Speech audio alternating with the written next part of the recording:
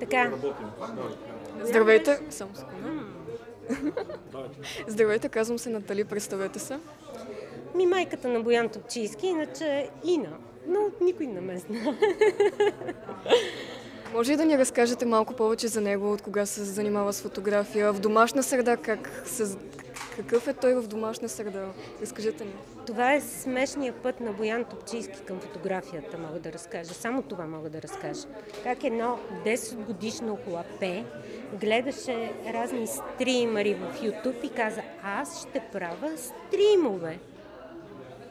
Искам да ми купите еди кой си фотоапарат, той струва еди колко си пари. Не помня колко пари, много.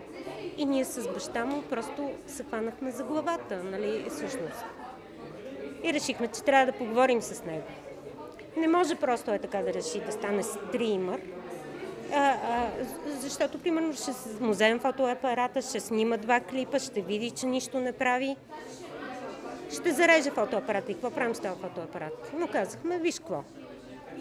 Ако искаш това да се занимава сериозно, ще постъпиш сериозно, за да докажеш на нас, че с това искаш да се занимаваш.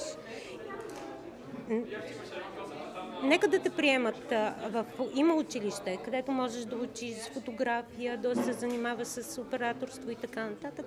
Хвани се сериозно, кажи ни на нас, че си сериозен и ние ще ти купим фотоапарат.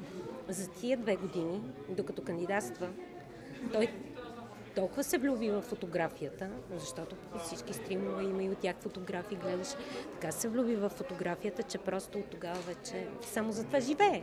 Тоест това е живота му, не за това живее. Това си му е живота с ставането, с лягането и постоянно. Това е.